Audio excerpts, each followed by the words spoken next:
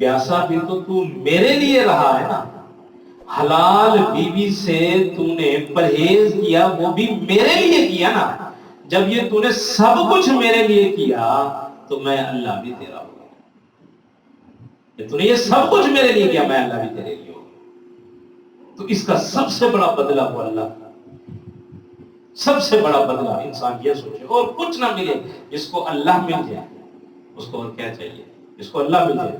اور دوسری بات آپ یہ دیکھیں کہ اس آیت مبارکہ کے اندر اللہ رب العزت نے کتنے پیار سے خطاب فرمایا، کتنے پیار سے خطاب فرمایا۔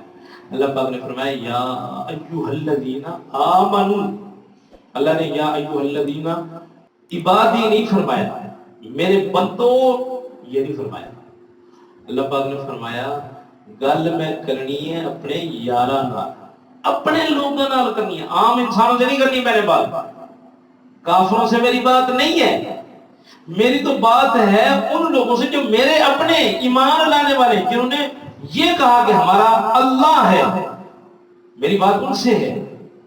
دیکھو اللہ پاک نے کسی اور کو آپ میں اور اپنی ذات میں کسی کو شامل نہیں کیا، اس گفتگو میں کسی اور بندے کو شامل نہیں کیا، آمنوں کو شامل کیا، جو اللہ کو مانتے ہیں۔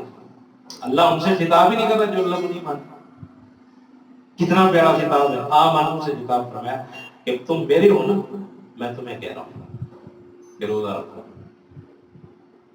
پھر اللہ پاک کی حکمت دیکھیں، اللہ پاک نے ہم پر نماز فرض کی نا، نماز فرض کی تو اللہ پاک نے فرمایا اقیموا الصلاۃ، نماز پڑھو۔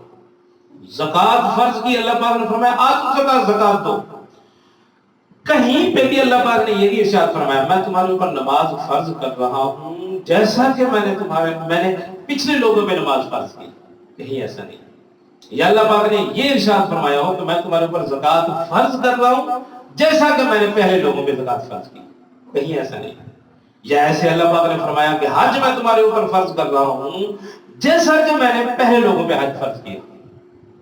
ہر حکم اللہ پاک نے جو دیا وہ ڈائریکٹ امر خدا بندی تھا، بس اس کو کرو، یہ کرنا ہے آپ نے، میں تمہارا رب ہوں، تم میرے بندے ہو، تم کرو، اور ہم کرتے ہیں۔ لیکن روزہ رکھنے کی جب باری آتی ہے تو اس وقت اللہ پاک یہ ارشاد فرماتے ہیں کہ اے ایمان والو تم پر میں نے روزہ فرض کیا، صرف تم پر ہی نہیں فرض کیا بلکہ تم سے پہلے لوگوں پر بھی میں نے روزہ فرض کیا۔ یہ بات اللہ پاک بیچ میں اس روزے میں کیوں لائے؟ اللہ پاک خدا تھے، رب تھے، ہمارے مولا تھے، الہ تھے، اللہ پاک ویسے فرما دیتے روزہ رکھو، کون تھا جو اس کے حکم سے حکم عدولی کرتا؟ لیکن یہ بات جو باقی کسی حکم میں نہیں ہے اس روزے کے ساتھ کیوں جوڑی گئی؟ اس روزے کے ساتھ کیوں جوڑی گئی؟ کیونکہ روزہ ایک مہینہ مسلسل، ایک مہینہ 30 دن لگاتار روزہ، صبح سے لے کر شام تک انسان بھوکا پیاسا رہتا ہے اور حلال چیزوں سے رکتا ہے، پانی سامنے رکھا ہوا ہے، اللہ نے حکم دیا نہیں پینا، نہیں پیتا، کھانا سامنے رکھا ہوا ہے، بھوک لگی ہوئی ہے، نہیں کھانا تو نہیں کھانا، حلال بیوی ہے، اللہ پاک نے فرمایا نہیں پاس جانا تو انسان نہیں جاتا، رک جاتا ہے اللہ کے حکم سے صبح سے لے کر شام تک۔ تو یہ کیوں ساتھ میں جوڑا؟ اس کی مثال آپ سمجھیں، 6 سال کا بچہ آپ ڈاکٹر کے پاس اس کو لے جائیں، ڈاکٹر کہے کہ اس بچے کو انجیکشن لگنا ہے اور اس بچے نے پہلے کبھی انجیکشن نہ لگوایا ہو، جب ڈاکٹر کہے گا نا کہ اس بچے کو انجیکشن لگنا ہے تو وہ بچہ اپنی ماں کی طرف دیکھ کے روئے گا کہ میں انجیکشن نہیں لگواتا، اسے تو بڑا درد ہوتا ہے، پین ہوتی ہے، وہ بچہ روئے گا، گھبرائے گا۔ لیکن جو ہی بچے کی وہ کیفیت وہ ڈاکٹر دیکھے گا نا تو وہ اس کی ماں کو کہے گا کہ اس بچے کو لے جاؤ فلانے بیڈ روم میں، فلانے روم میں لے جاؤ، وہاں دیکھو اس سے چھوٹے چھوٹے بچے ہیں ان کو بھی انجیکشن لگ رہا ہے۔ ماں اس بچے کو لے کے آتی ہے دوسرے کمرے کے اندر، وہاں کیا دیکھتی ہے 3 سال کے بچے کو انجیکشن لگایا جا رہا ہے۔ ماں اس کو کہتی ہے دیکھ بیٹا تو 6 سال کا ہے، یہ 3 سال کا بچہ ہے، دیکھو اس کو بھی انجیکشن لگ رہا ہے۔ اچھا ساتھ میں ایک اور بچہ پڑا ہوتا ہے 2 سال کا، ماں اسے کہتی ہے بیٹا دیکھ تو 6 سال کا ہے نا، یہ دیکھ یہ 2 سال کا بچہ ہے، دیکھو اس کو بھی انجیکشن لگ رہا ہے۔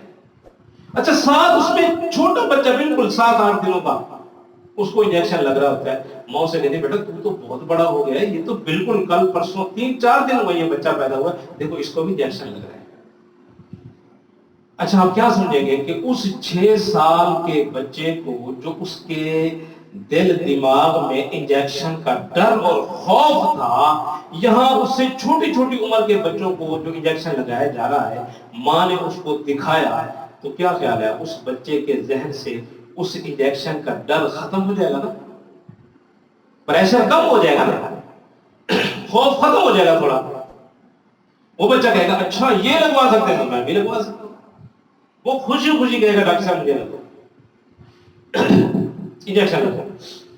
بالکل اسی طرح ہمارے ذہنوں میں یہ خوف ہوتا. کون 30 دن روزے رکھتا؟ کون رکھ سکتا ہے؟ کون رو پانی سے، پیاس سے، بھوک سے کون 30 دن ایسے صبح سے لے کر شام تک رہ سکتا ہے؟ تو اللہ پاک نے فرمایا میرے بندے ہو نا، میرے بندے ہو نا، میں اپنا کر کے تو کہہ رہا کہ تسی روزہ رکھو. اگر تسلی نہیں ہوتی نا، گھبراہٹ ہے، پریشانی ہے، تو پھر پہلے لوگوں کو دیکھو. ہم نے ان پہ بھی روزے فرض کیے تھے، انہوں نے بھی روزے رکھے. ہاں یہ سلسلہ اب کا نہیں ہے، تمہیں گھبرانے کی ضرورت نہیں ہے، ان لوگوں نے بھی رکھے تھے. جب یہ بات ساتھ میں جڑی، مسئلہ سارا حل ہو گیا. ہمیں سمجھ آ گئی کہ یار روزہ تو اللہ کے قریب کرنے والا ہے. اگر ان لوگوں نے رکھا، موسیٰ علیہ السلام کی امت نے رکھا، عیسیٰ علیہ السلام کی امت نے رکھا، ہم تو حضور کی امت ہے. اللہ اس حضور کی امت سے کتنا پیار کرتے ہیں. ہمیں تو بدطریقے اولا روزہ رکھنا چاہیے، بڑی خوشی سے رکھنا چاہیے، بڑی خوشی سے رکھنا چاہیے. تو اس وجہ سے اللہ پاک نے اس آیت مبارکہ کے اندر یہ خطاب بڑے پیارے لفظوں سے، یا ایھا الذین آمنو، او میرے پیارے بندو جو مجھ پہ ایمان لے آئے ہو نا، میری ان سے بات ہے. جب ایمان لے آئے ہو تو پھر میں آپ کا تو میرے، لیکن میں ایک بات ہے، اللہ پاک فرماتے کتب علیکم الصیام، تمہارے اوپر روزے فرض جیسے پہلی امتوں پر. اللہ اس سے ملے گا کیا؟ لعلکم تتقون. اللہ پاک فرماتے روزہ رکھ کے تم آؤ گے نا تو سارے گناہوں کو تمہارے بدن سے، ظاہری، باطنی، روحانی جتنا میل کچیلے اس کو صاف پاک صاف کر کے تمہیں 11 مہینے میں جلا بخشوں گا، دل کی روشنی بخشوں گا. ہاں 1 مہینہ پریکٹس ہے، 1 مہینہ، باقی 11 مہینہ اللہ پاک فرماتے ہیں 1 مہینے کی طرح گزارو گے، میں اللہ تم سے راضی کروں، میں اپنی رضا کا تم سے اعلان کروں گا. تو اس وجہ سے رمضان مبارک قریب آ رہا ہے. تو اس رمضان مبارک میں اللہ پاک سے ایک تو یہ دعا کریں اللہ پاک صحت عافیت دے، اور اللہ پاک رمضان تک ہماری زندگی کرے. معافی کا، بخشش کا، مغفرت کا ایک اور اللہ پاک نے ہمیں بہترین موقع عنایت فرمانا ہے. تو اس کو خوشی سے قبول کریں اور اس کا خوشی سے استقبال کریں. اور جتنے اس کے تقاضے ہیں اللہ پاک ہم سب مسلمانوں کو من و عن وہ تقاضے پورے کرنے کی توفیق نصیب فرمائے. وآخر دعوانا الحمدللہ رب العالمین.